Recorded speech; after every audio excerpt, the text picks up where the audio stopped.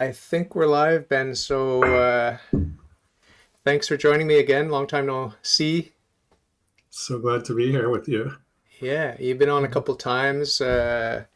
We do chat occasionally as friends, but just maybe catch up my small gang of listeners to what you've been up to since you were on in early 2018. It's quite a while ago now. What sorts of things have been on your mind that pertain to religion, philosophy, and that sort of stuff? This is a big question. Yeah. How to make change in the world is a Okay. big one. I don't know if that counts as philosophy, applied philosophy. Try again, loser. No, I'm kidding. like, I'm kidding. like in early Christianity, um, there's some Bible verses: "Leave your family and come do this Christian thing." And I think there's a lot of that sort of thing going on now. Like, if you want to change the world, you need to really step away from the world and practice doing things in a new way. And having that mixed up with political activism, like, we're creating this new way, uh, and we're trying to change the whole system to align with that way. Like, both of those things happening, it's very fraught. So I've been paying attention to the culture wars going on. Is culture wars a widely used term, or is that just my bubble that talks about the culture wars? No, I think it's what I've encountered it, so that means it's very widely yeah, used. Yeah, so it's, trying to hold the culture wars and see if we can get all the goodness out of the new community being generated, while without 3 years ago I said, hopefully we can do this without descending into chaos. People have been like, of course we can. And now people are like, no, we really could descend into chaos. So Okay. uh, So change, like a responsible change, uh, and it has something to do with these culture wars. Can you just sort of fill me in on how you view the current situation in terms of the culture war? Is it, I mean, sure. I would view it in terms of monotheism versus non-monotheism, but you probably don't see it that way. Right. I'm curious how much we see it in common, but like, we've inherited a culture that has some really good things. Like, we have wet wipes, which are amazing. So grateful. But we also inherited some bad things, like it wasn't so kosher how Canada was formed, uh, in terms of, the deal to take control of the land wasn't kosher. So just as an example, or men had a lot of power, and today, there's that comic strip of a level, not a comic strip, a comic picture of it's a level playing field.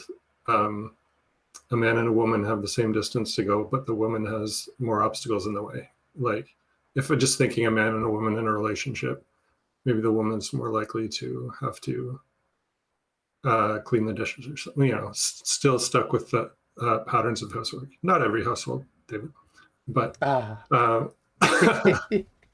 I know that's something I, always need to do better at. Um, so just, our culture has inherited some good things, but we've inherited some bad things. How do we move beyond the bad things without losing the good things? Is that specific enough for you? and Uh, some people say, um, let's make laws. Let's just take a national human rights law that says we got to be fair to each other, and then trust judges to figure out exactly what that means. What does fairness look like? Like, to me, a very top-down approach, which, if you rely on the most powerful forces to do good and you just give power to the most powerful forces, that's great until it starts going badly, and then you're stuck with a very powerful bad person. Like, I think of here in Ontario, a lot of left-wing people really trusted Kathleen Wynne's government with a lot of power. Like, yes, give the Human Rights Tribunal a lot of power. And then an election happened, and now Doug Ford gets to choose who's on the Human Rights Tribunal. So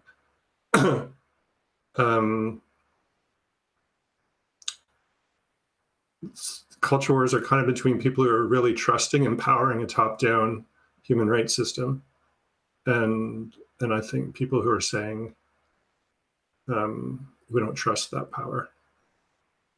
Okay. So yeah, it's a lot, because it's a lot more worldly than my approach. It sounds like social justice is sort of the source and summit of your worldview. Social justice, is that fair to say? No, if I think like what is of utmost value, Love. love all the good things and love all beings. Just love.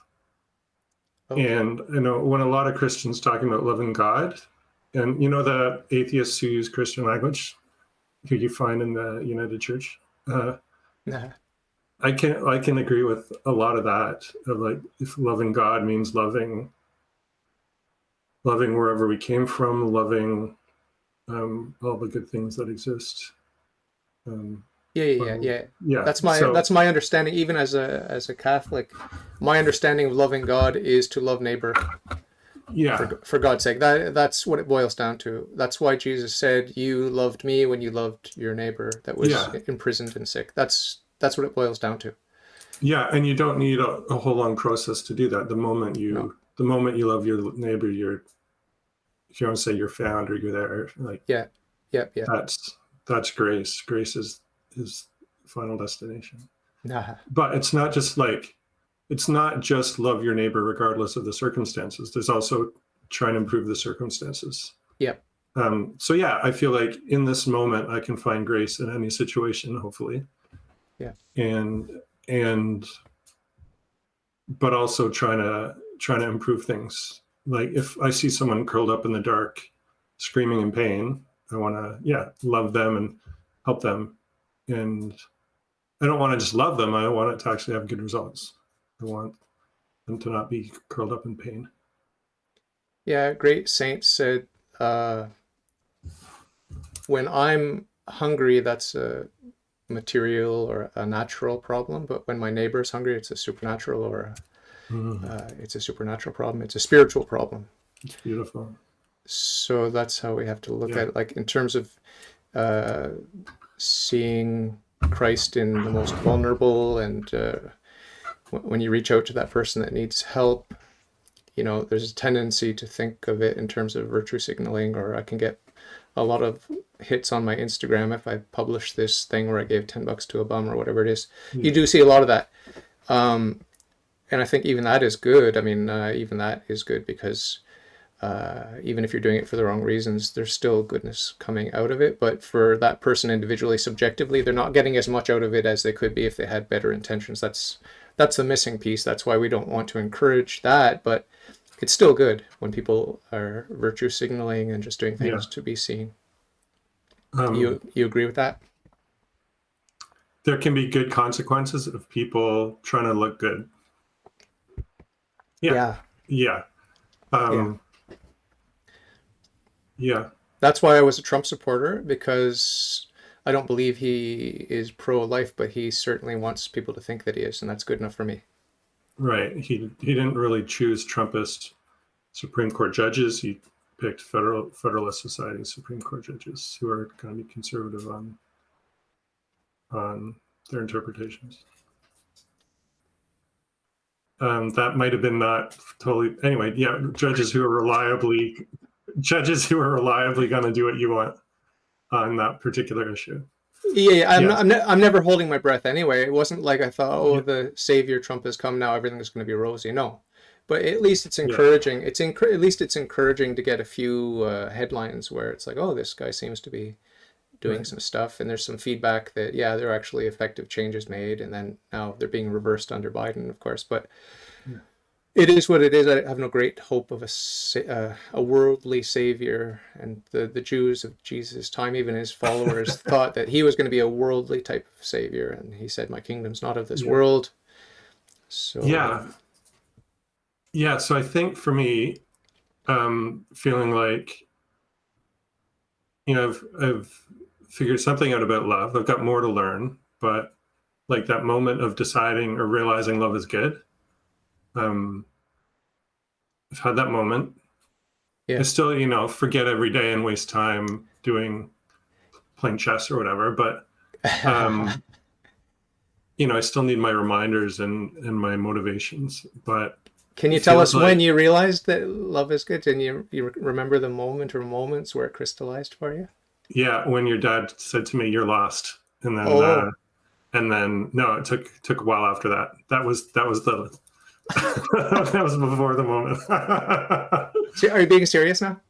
um, Was it that was partially just a like trigger? that was just a stark reminder. Like when I felt really lost and dropped out of school and went exploring and trying to find things. I was really into my curiosity and learning and a vision of love, but in a day-to-day basis, I wasn't really conscious of love at all. I was just, being a young adult traveling around. Um, So that so would have been around my 1995 or so, right? When you were traveling yeah, around and you came to my wedding. yeah. So it might have been 10 years, 10, 12 years after that, Oh, late 2000s, wow. where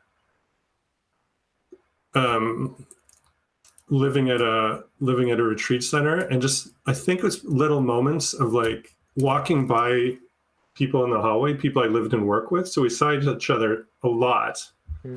And after you said hi to someone in the hallway a couple times that day, you might just walk by each other. So I started playing with, okay, this is an opportunity High for five. something. High five. High five. Yeah. Well, I started doing chipmunk sounds, whatever chipmunk sounds are. Yeah. And some people started doing it back. And then, playing with different sounds and what's possible. And then I started saying, I love you. Ooh, And some people started saying it back. And I ooh, think that was part of the process of being conscious about love on a regular basis. cool. Did you get a girlfriend out of that? No. No? No, it was not erotic love. It was No, no, no. I'm just wondering because I thought you might have had a girlfriend when you were down there. yeah, I did. And it was around that time, but I've got no reason to think it had anything to do with that. Okay, it wasn't the Maybe it chip. did. Maybe it's not a coincidence. Maybe my heart was so closed for the previous 12 years that's why I That's was so. probably it. You were It is opening up. possible. You were opening Yeah, up. that's a really good point. You always seem very open to me. We've known each other since Hmm. 93 or 94 or whatever. You've always seemed very open and creative and loving, but I guess it's more about a different level of vulnerability where you have a universal love or less judgment of your fellow man no matter what the circumstances. Is that the sort of universal love you're talking about or Yeah, what? like I found you to be very non-judgmental and very welcoming and open heart. Like I would be with you, visiting you, and then I'd go hang out um, with other people and not be open at all. And it was like a Oh, really stark contrast. okay. Um, I, yeah, I think you developed those skills quicker than I did, so I could do it when I was around you. Oh, that's cool. Yeah. That's very Um, cool. That's something in my um, eye here. Just excuse me. yeah. Um, so yeah, I think being more conscious of love probably did impact my relationship, how I got into a relationship for sure. Um, That's pretty cool. Do you mind if I direct the conversation a little bit? Not at all. Who, without getting too personal, are there still people in your life you find it really, really, really challenging to love? And I have some examples in my head, but I don't want to bring them up. Oh But yeah, do you have any yeah, examples? yeah. And I'm mostly drawn to people I love and respect who are doing work in the world that I think they could be doing a lot better. That's where I feel the most frustration. Oh, Okay. Yeah. how do I how do I love and honor this person when they feel like they're filling up the social justice playing field with really bad strategies? That's where I put my aggravation. Like when I think of people who are just annoying, yeah, I've got some of that in my life, but it's not where the conflict is. It's so easy to avoid people in this time that my conflict is more with people I totally love. Okay. Untapped potential or just a misdirected energy, something like It's a that? great question.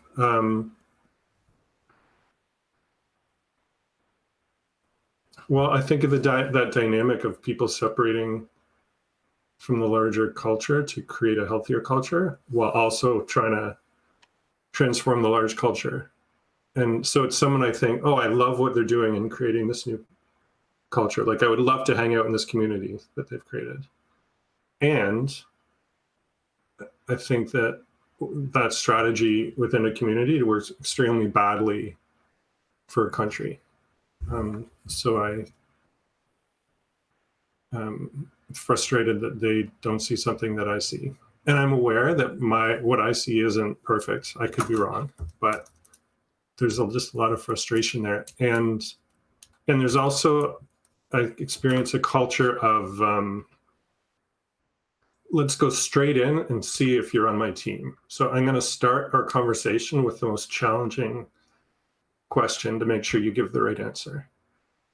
So it's really hard to have I find it hard to have a conversation where we're trying to figure out what is our common ground and what is reasonable to disagree about. You get really frustrated when someone is like, no, answer this question, yes or no, first thing to find out if we're on the same team. Oh, yeah, that's profound. Yeah. Okay. Very common foible. So Yeah. what comes to mind is, I guess, groupthink, like the Borg assimilate, and insecurity, just insecurity, like I'm only right because I have the right checklist, and I'm only acceptable that because of that, so you could only be acceptable because of that, which is tragic, but very common, I guess. Yeah. Where People. where are you encountering these people, casually or in the context of religion or what? Yeah, I think I do. I put too much attention on Twitter and blogs and Okay. reading different sides of the culture wars. Online, okay. Yeah. Okay, Online. if it's online, yeah, that's something to be expected. But in Yeah. real life, have you also encountered that? You meet someone at a cafe, you start talking, and then you're I never do that. I haven't met anyone. because of COVID. Because of COVID. Because of COVID, yeah. I would not normally. I only met strangers hanging around with you. Normally, I meet people through other people I know. Okay. No, there's some of that. There's definitely culture wars going on in the Unitarians, for sure. And some people have left over it, so it's not clear if the dust is going to settle. So that,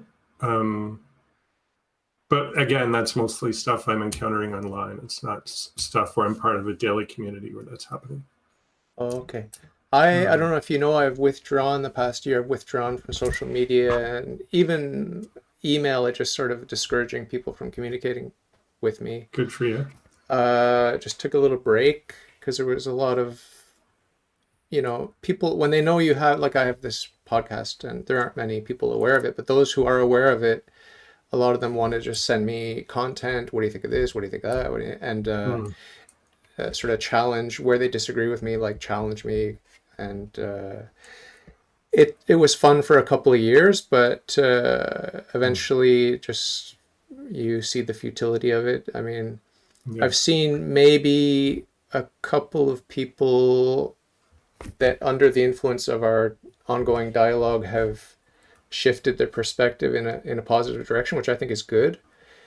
But it's not enough positive feedback for me to say, hey, this is cool. I could be a positive influence because I think Jesus Christ is the way, the truth, and the life. And it seems to be, I've got enough of Christ's light shining out of me that it's actually transforming people. No, not by a long shot.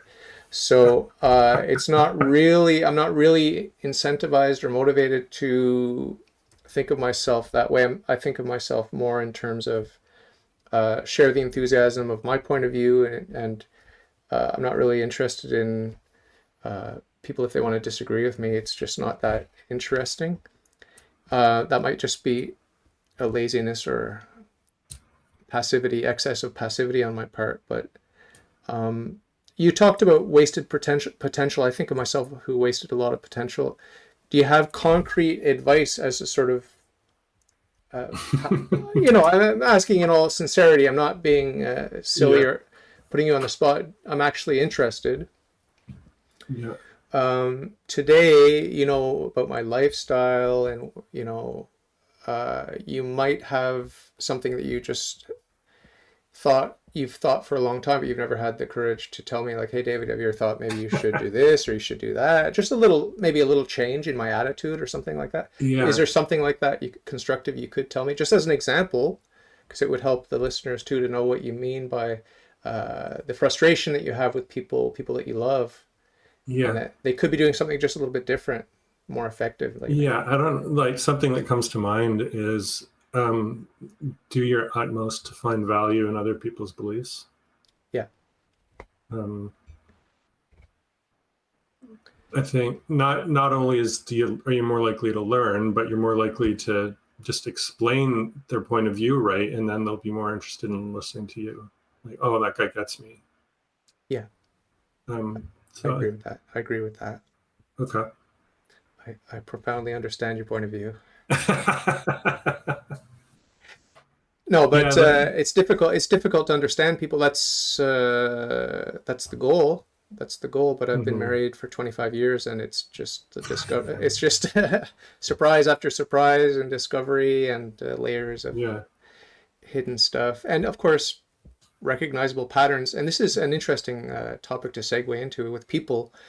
There's the undiscovered, but there's also that predictability. Like when you're doing your chickmunk sounds in the hall, mm. people were surprised at first, but then when they get to know you and they sort of say, "Well, that's Ben," I mean, so there is an element of surprise, but there's also that thing where you are going to get pigeonholed, no matter how weird you are. You're going to get pigeonholed, like, "Oh, that's David. Oh, that's Ben. That's Mm. Trump. That's Biden. That's whoever." Like we want to have a shortcut sort of caricature of people so that it's not taxing on the brain. I think you might have mentioned this to me too, right? The novelty thing, where you want to be exposed to novelty, but at the same time it's exhausting. And was that you that brought this Yeah, up? I have brought that up before. Yeah, our brains can only handle so much novelty. So it's the same thing when you're getting to know someone. You want to discover more because that goes deeper, but at the same time it's exhausting, and Yeah. we need to strike that balance. And we don't want to feel like, oh my God, this person is such a mystery that I'll never have a foothold or never have a Hmm. basis for a relationship or communication. We want to talk about some of the things that we know, basically how the conversation's going to go, and feel comfortable and all that sort of thing, right? Yeah. So I did have a conversation with someone I'd never met before. We met online, where he was being greatly misunderstood and he was misunderstanding other people. And we talked, and yeah, I realized there is a lot to his point of view that he never mentions on the social media. Uh, He really leads with judgment. uh, Uh, or he leads with, if you only read this 10 paragraph screed, you will finally understand my point of view, which doesn't usually work. mm, And so, yeah, there's a lot there when I just listened, and but it's too much. How many people can I do that with? You can only go deep with so many people, and I like the ongoing, like I like the arc. yeah. Um, um, yeah, it takes a lot. It takes a lot to do it, and I feel like building a new culture comes from all that interaction. You really need to live with people or work with people, have them as neighbors. You can't just have an annual meeting once a year where you vote on new rules that are going to be enforced. It's not how culture grows. Um, So, correct me if I'm wrong, but it seems like relationship is like at the heart of your mission. Relationship, personal relationships among individuals and collectively, and that sort of thing. Is that fair to say? Yeah, it feels like the biggest challenge we have on this planet is how can 8 billion people get along?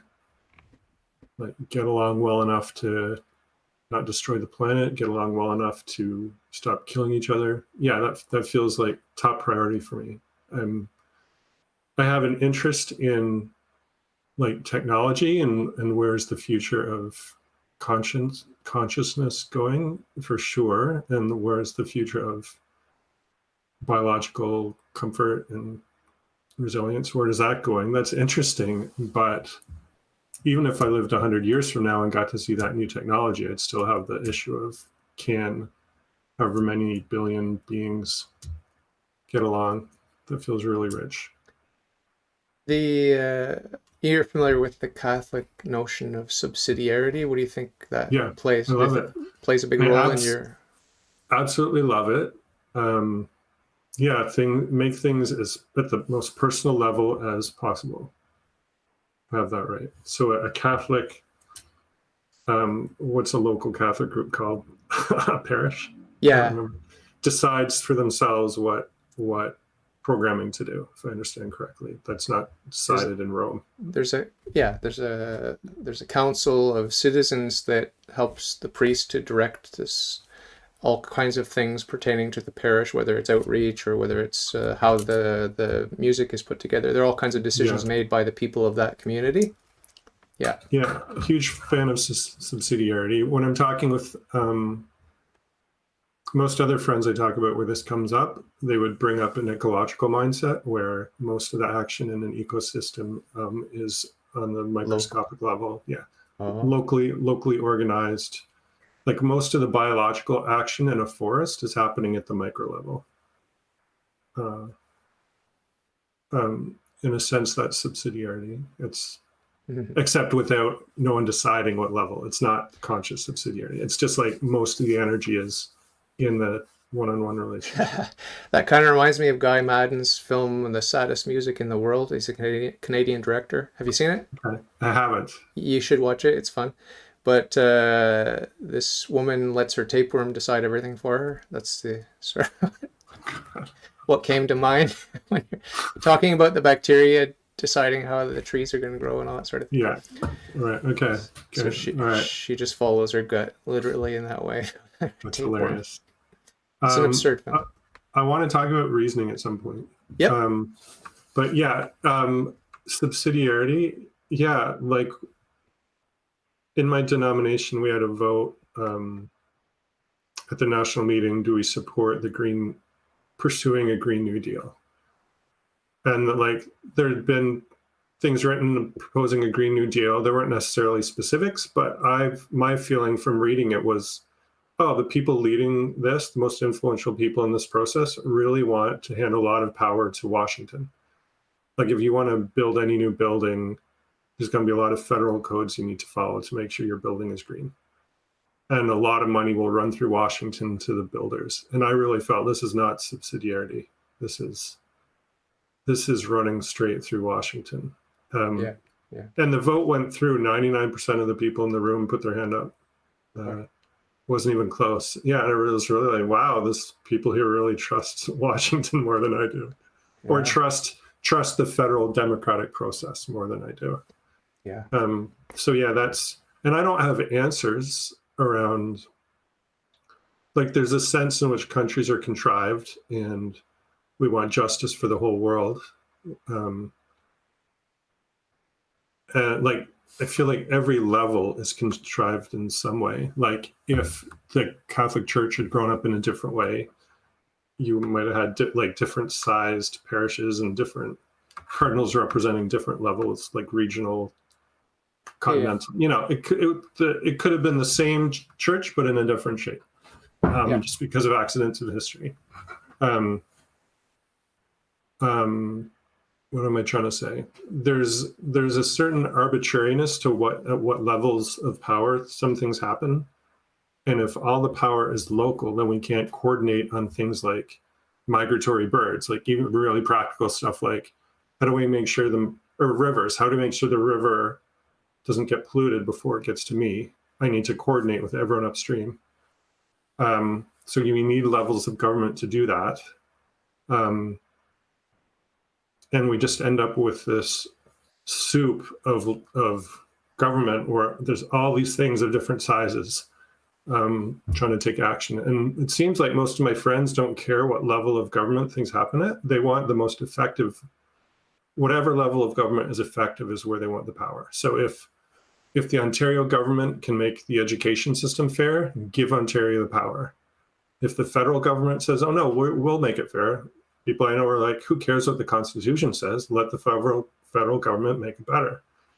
And there's just really no sense of subsidiarity. And it's weird for me, like culturally, I'm left-wing, but the people calling for subsidiarity are, there's some left-wing anarchists calling for it, but the loudest voices I see are conservative, small town people.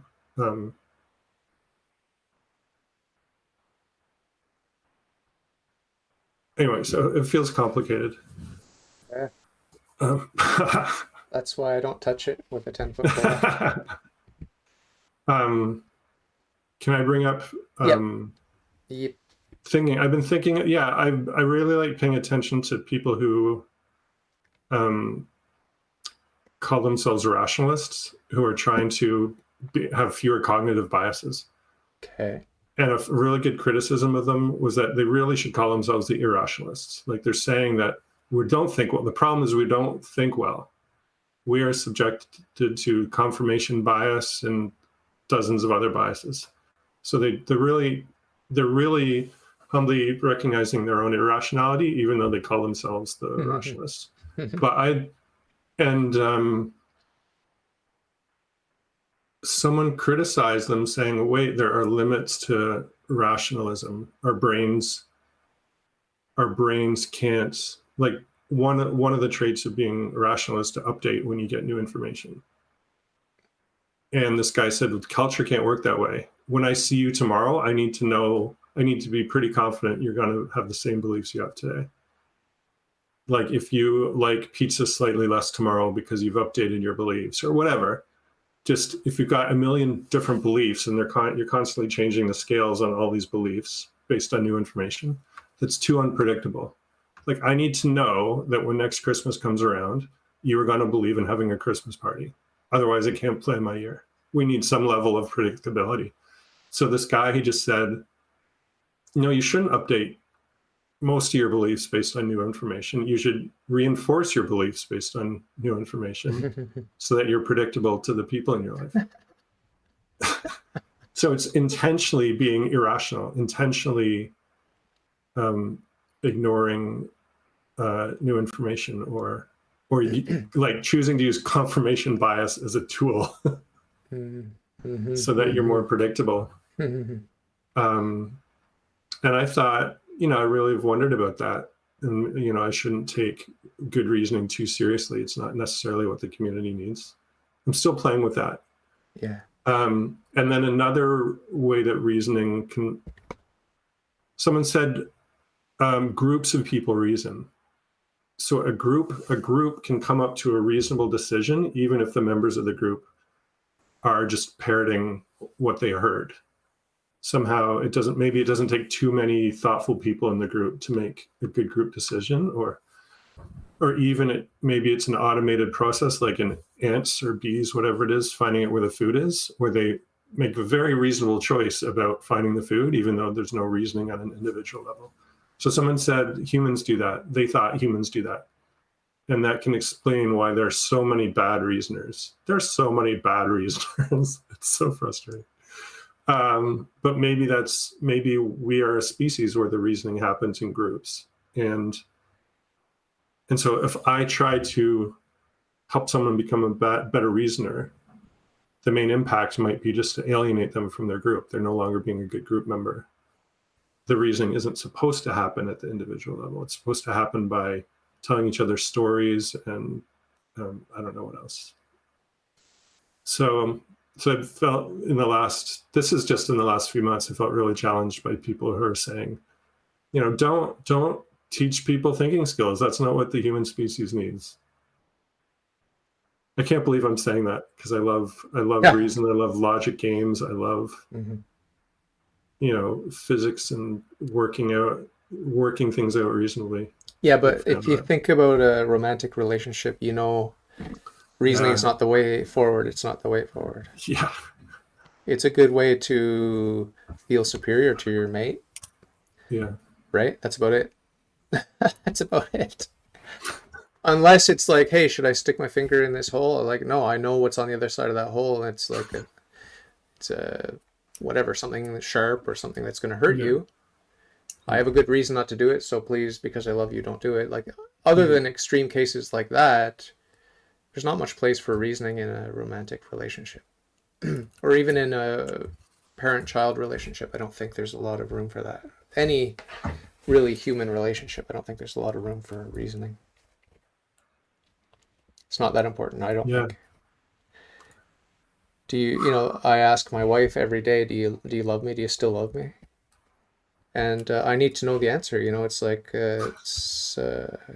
what we need as humans is we need to know we're loved, we're valued, and that we're not doing something that displeases our neighbor or our loved ones, because we all have a little annoying habits that annoy people around us, and we can make an effort to pay attention to the feedback and avoid making people feel frustrated by our habits and stuff like that. That's the emphasis that I place on my one-on-one relationships, just like on a human level, like what you were saying in the beginning about taking care of people who are curled up crying. And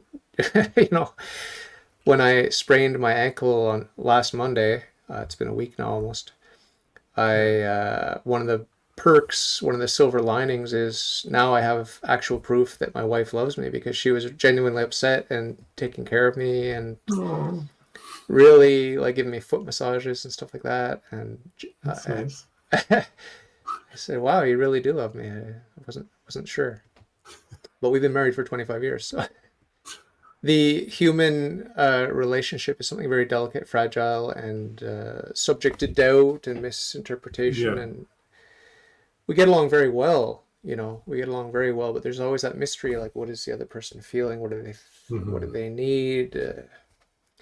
And you can read a lot in a person's face. I mean, you're not currently working in social work or UU stuff, right?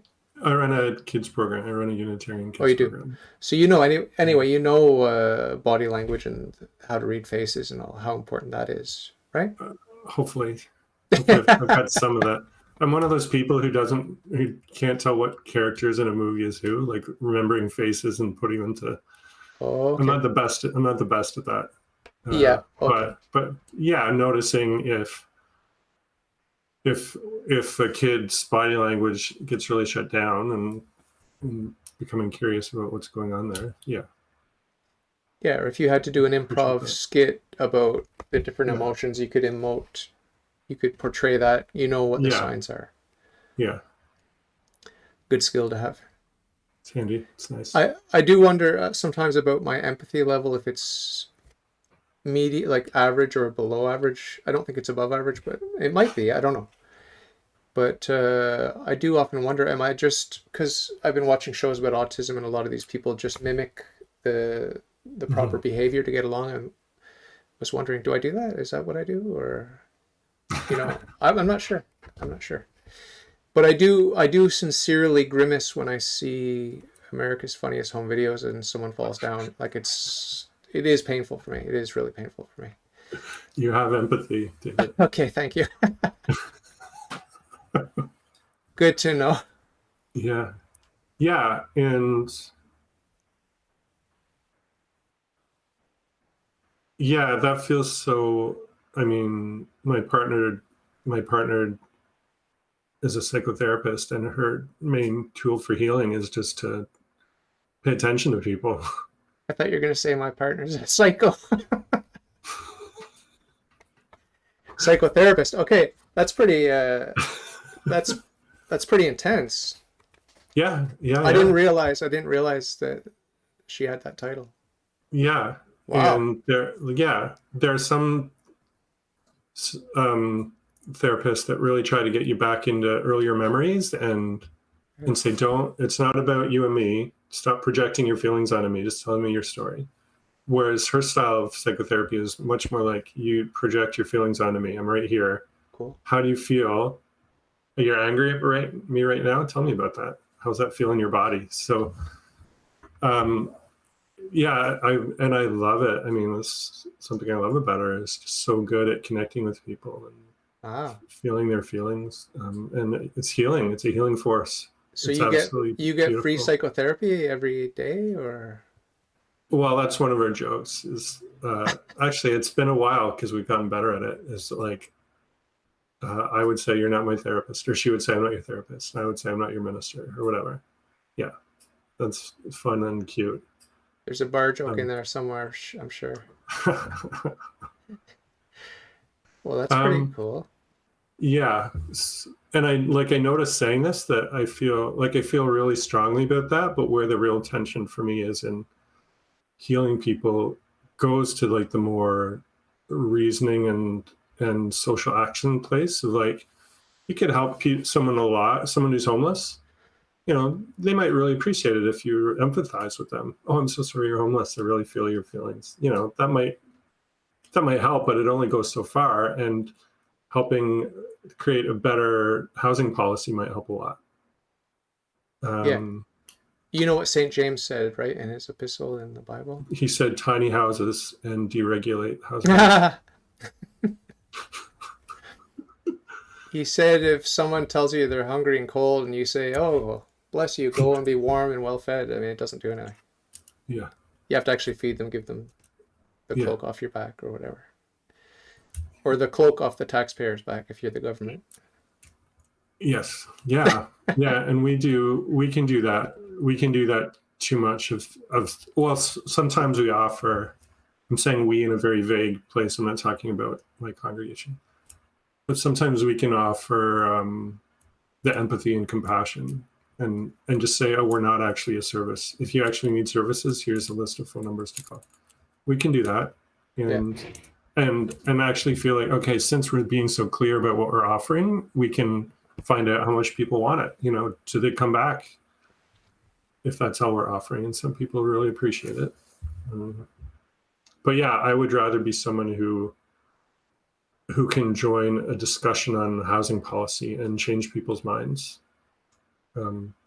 talk in a way that I'll be heard. So yeah, I want to be in a relationship with people who care about the issue, and I want to be effective at learning what goes well and changing minds about it. So even though I'm really feel like I'm drawn by love, that reasoning part of me is still like, no, I'm here too.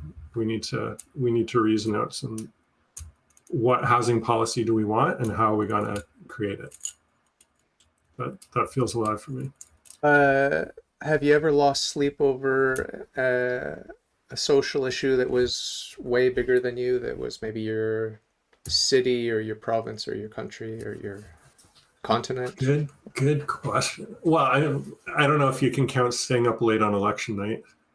No. Feeling like a lot is on the line. No, I'm often much more deadened by it. Okay. Bogged down, just feeling like we're in a quagmire. Yeah. No. Yeah, I'm more likely to stay awake on very specific things where I feel like I can have an impact. Okay. The bigger things just feel deadening, unfortunately, too often. Yeah. Have you? Never, but because I'm trying to figure out like how, because I'm in awe of how much you care about society. Like I've never really felt that. I don't feel like, oh, I really want to go to the council meeting and help people to get housing and all that. I've never felt that. Yeah, I can't believe I go. You do go? I mean, it depends. I've gone in other cities. I've only done a small number of Zoom meetings in my current hometown. Wow. Still, it's infinitely more than I've done. Yeah. But it's just what I'm interested in is just like how different we are in that way. Yeah. And I was just trying to find out like how deeply it affects you on a personal day-to-day basis. Sounds like not too much, but more than it It affects me. takes, yeah, no, it doesn't affect my sleep, but it affects my daytime. Okay. Yeah, like I'll sit down to do focused work, and then I'll get an email newsletter about housing policy, and there goes my whole morning. Oh, That happens okay. often. You've mentioned housing a few times. Is that something you're particularly interested in? I mean, that's the flavor of the week, Okay. where well, it feels so important, like fundamental, or like when I think about poor people or people who are oppressed and got fired for some stupid cultural reason. You know, if they had cheap housing, they'd be less vulnerable to that shit. Okay. Pardon, Yeah. pardon my language. Yeah, no problem. You know, I can't enlighten their workforce as easily as I could provide them with safe housing, I think, so that they can leave the bad. So housing, in that, it's important to me in the sense of how much I've read about it, but not in terms of how much I've actually acted on it, because the politics of it feels so much bigger than me.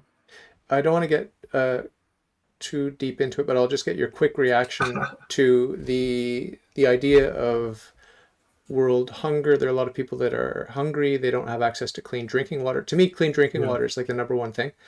I'm not doing anything about it other than supporting the Catholic Church, who is doing something about it. But it's something that I think about.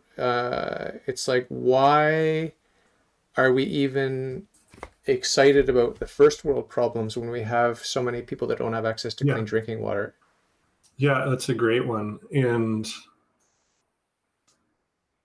I guess part of my growing up was to realize how often well-meaning Europeans or North Americans have gone into Africa and said, hey, here's a new water system. And then it breaks a year later because they didn't know the local reality. And so I'm really feeling like, or when I read about the favelas, if I'm getting that right, or shanty towns that grow up with extremely few resources, they get running water and electricity wired in, even though they're just people doing it themselves, with the government trying to shut it down. I feel like, for me, making sure everyone has drinking water isn't about a top-down process of the government's going to do it. It's much more a bottom-up process of, let's get rid of barriers so that people can do it themselves. With the awareness that something like a water system for a city can cost so much money that maybe it can't actually grow just block by block, like the purification system. So yeah, I don't have the answers, but I'm drawn to solutions that are much more about increasing the general welfare and creating a place where you can start a business without having to bribe 100 people and give a cut to the local dictator.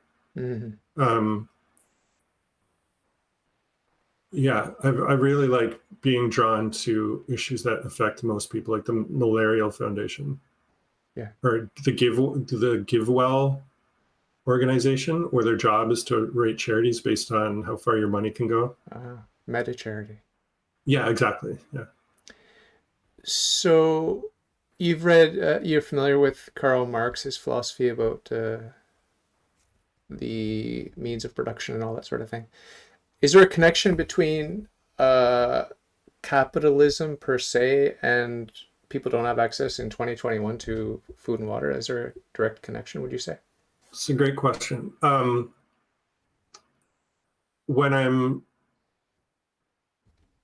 really like mutuality. And so what you and I do, how we treat each other, is based on what we agree on. And that's just a fancy way of saying I support the free market. Let people treat each other how they want, or how they mutually agree on. And, then you get into the complications of what if I'm poor and I'm starving and I'm willing to sell you my liver because it's the only way I can eat dinner tonight. Then I feel like, that can make capitalism go really badly. But if that situation took place within a bureaucracy, the person would be dead as well. So partly I feel like all systems go badly. So if capitalism is generating wealth, great. But then when wealth centralizes and there's a lot of inequality, we need to reform it somehow. How do we reform it? Social democracy? I don't know. There's no one great system, and there's a place for free markets and individual action.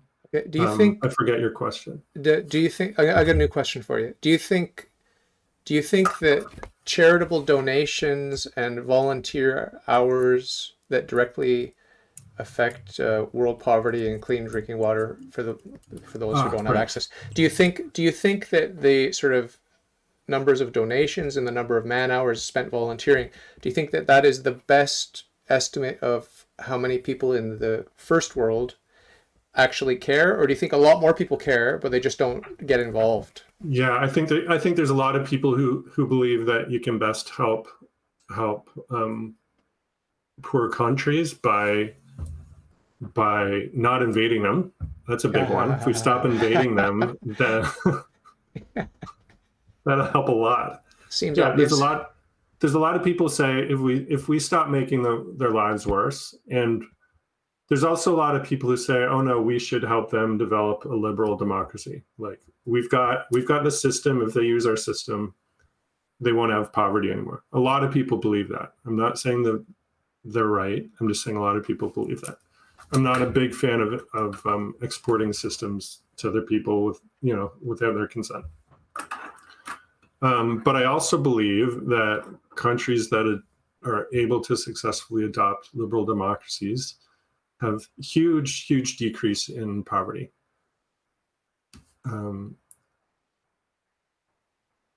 So yeah, I'm not drawn to putting my energy to giving well. I'm much more drawn to helping create systems where people become wealthier. Is it fair to say that you have a lot of faith in politics as a way forward for solving a lot of problems? Because it sounds like it. It feels like it's an important battleground. Like I'm not there because it's where the solution is. I'm there because it's where the fight is. Okay. Like I don't know if you've seen. There's a lot of TV shows where society collapses and you realize things get really bad. So maybe I'm changing my mind where I believe that having a broken democracy system is better than the alternative of having society collapse. Looking at history, democracies are very fragile. Like it's quite reasonable that we would not have a democracy 10 years from now. So I feel like the political system is organized in a way that we can sometimes boot out the corrupt leaders. Okay. I've got an interesting question for you, and we're going to wrap up good. soon. We're going to wrap up soon. But very interesting question. If we were to look at all the books you've read, all of them, since you've been an adult and you've chosen which books to read, okay? And we put a copy of each book on a bookshelf, probably be a pretty big bookshelf, right? And we asked someone at a prestigious university, what course of study is this set of books? What does it represent best? Yeah. Do you think they'd say poli-sci, philosophy, economics? What do you think the course of study would, how would they pigeonhole that? Just based on this set of books you've read in your whole adult life. Yeah, they might say humanism, or they might say that might mean something different from what you mean by liberal arts, maybe. Yeah, they might say classic education, how to create prosperity and meaning in life, meaning making. If they looked at mine, it would be religion and philosophy for sure, because that's all I read. That's all I read. Yeah, social science and narrative, I think. Okay, and you're happy with that? It balances the heart and the head and the spirit. Yeah, it feels like I'm learning how to love my neighbor. is what it's about. Because some people follow an impulse or a compulsion without Yeah. necessarily wanting that to be where they go. Like just like Yeah. someone that's addicted to porn can go on the internet and they don't want to Yeah. look at porn, but that's just where they end up going. Yeah. Whereas there's so many other things to explore on the internet, like good things, right? But you're Yeah. not like that. With the things you read, it's because you really are interested. For me, well, blogs. Do I need to read so many blogs and scroll Twitter so much? I probably don't need, it's that a lot of the time I'll regret it afterwards. That I really need to take in that information. So I'm trying to become more particular about the information I take in. So people on social media, this is just a real quick question. People on social media that impress you because they remain unsullied by the sort of worst parts of human nature. Yeah. Do you encounter people like that, like heroes of social media who just Yeah. rise above? There's some good ones. But right now, my focus now is much more on, am I learning from this person? Okay. Do you know Sturgeon's Law? No. Sturgeon's Law, he was a science fiction writer, and someone insulted science fiction, saying 90% of it is crap. Okay. And he replied, 90% of everything is crap. And so I'll follow people if there's any glimmer of the 10%, any glimmer of quality. Like someone who came to mind was Andrew Sullivan. I love reading Andrew Sullivan. Some of my friends hate Andrew Sullivan because he's wrong about important things in their opinion. And my criteria is I'm learning from him, so I'll keep reading him, for example. So yeah, I have an abundance of people who I find it worthwhile to read and learn from. And are you maintaining your own blog or your own social media content that you put out? No, I mean, right now I'm writing sermons, which is where I'm putting my creative energies. Yeah, I go through phases where I'll be reading a lot. And the last real bout of blog writing I did, I ended up realizing I need to do a lot more listening and trying to broaden who I read. And I don't need to be another white guy posting long blog posts every day. So I'm trying to diversify where I'm taking in information and not as much prioritize putting out my opinion. Yeah. Pretty cool. Anything you want to squeeze in before we wrap up here? It's coming up to an hour. Love is good. Love your neighbor. I don't know what else to say. We're gonna make mistakes as we figure out how to love our neighbor, and every day is an opportunity to try again. Sounds good. So thanks for taking the time. Really nice to chat with you as always. I hope you'll come back and maybe you could just give us a little hint of what you're excited about for the future. Is there anything coming up in your life? Like, are you going to get married or anything?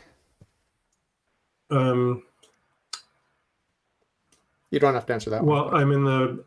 Well, my career's in, let's just say if I got a job as a minister, that would be a great next step for my career. Currently choosing where I live over what I do for money, which is limiting my prospects. So just sitting with that right now. Okay. Yeah. And in terms of something meatier, in terms of personal growth with listening and loving and relationships, what are sort of the concrete steps you're excited to take next? Excited about getting more articulate and demonstrating to people that I understand their point of view feels really huge. Reflective listening is my big divine goal. Great to see you. So we'll talk very soon. I'll let you go because it's been exactly 1 hour now. Okay. But really appreciate talking to you, and I love you. Love you too. Thanks for talk to you soon. Connecting.